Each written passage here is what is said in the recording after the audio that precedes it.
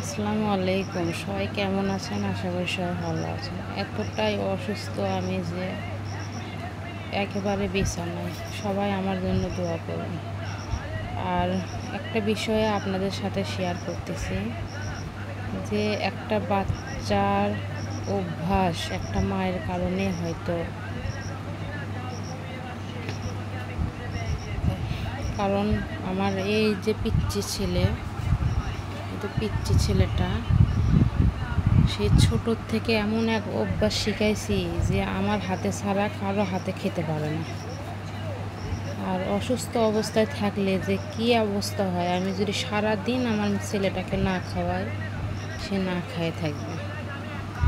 আর হয়তো বা এই অভ্যাসটা আমার নিজের কারণে হয়তো খারাপ হয়ে গেছে, কিন্তু এখন কিন্তু শুধরানোর কোনো বুদ্ধি নেই। এখন এই অসুস্থ অবস্থায় বুঝতে পারতেছি যে আমি অসুস্থ হলে আমার ছেলেটা কতটা অসহায় হয়ে পড়বে। সবাই দোয়া করবেন। আল্লাহ হাফেজ।